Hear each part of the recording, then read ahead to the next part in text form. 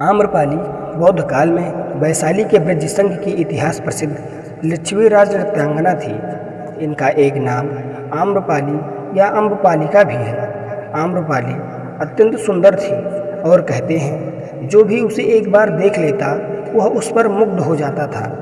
अजातशत्रु उसके प्रेमियों में से एक था और उस समय के उपलब्ध साहित्य में अजातशत्रु के पिता बिंबिसार को भी गुप्त रूप से उसका प्राणयार्थी बताया जाता है। आम्रपाली को लेकर भारतीय भाषाओं में बहुत से काव्य, नाटक और उपन्यास लिखे गए हैं। एक बार की बात है, महात्मा बुद्ध अपने शिष्यों के साथ घूमते हुए वैशाली नगरी में पहुँचे।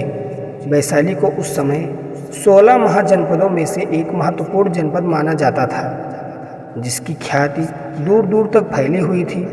यह नगरी परम वैभवशाली और हर तरफ से संपन्न थी।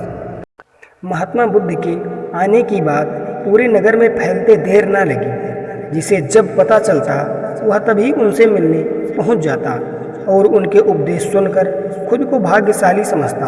बुद्ध का चरित्र ही ऐसा प्रभावशाली था कि उनसे प्रभावित हुए बिना कोई रह नहीं सका।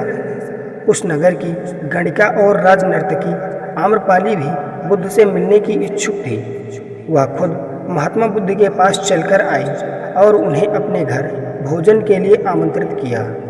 उसने इतने सरल और प्रेम भाव से बुद्ध से विनती की कि बुद्ध मना नहीं कर सके। जब यह बात उनके शिष्यों को पता चला कि महात्मा बुद्ध ने एक गणिका का आमंत्रण स्वीकार किया है, तो सबने इनका विरोध किया।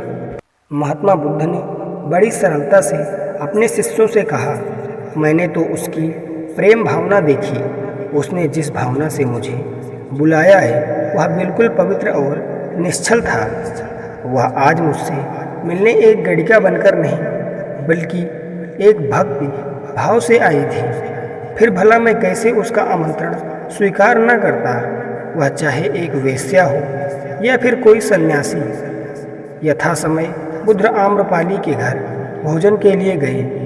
वह पहले से ही भोजन की सारी व्यवस्था करके भगवान बुद्ध के आने की राह देख रही थी। मन में यह विचार भी आ रहा है कि कहीं बुद्ध अपनी बात से मुकर ना जाएं। इतने बड़े सन्यासी भला क्यों एक वेश्या के बुलाने पर उसके घर आकर भोजन करेंगे। परंतु जैसे ही आम्रपाली ने बुद्ध को अपने घर आते देखा, उसकी प्रसन्नता का ठिकाना ना रहा। वह दौड़कर दरवाजे पर गई और उनका स्वागत किया। खुद अपने हाथों से भोजन परोसा और उनकी आवभगत की। महात्मा बुद्ध के शिष्यों ने जो उनके साथ आए थे, जब एक वेश्या को, जिसके कदमों में खुद सम्राट बिंबिसार से लेकर अजातशत्रु थे, पूरी वैशाली जिसकी एक झलक पाने के लिए तरसती थी, उसे एक सन्यासी के लिए ऐसा व्यवहार करते देख बुद्ध के शिष्यों के मन में अपने गुरु के लिए सम्मान और ज़्यादा बढ़ गया।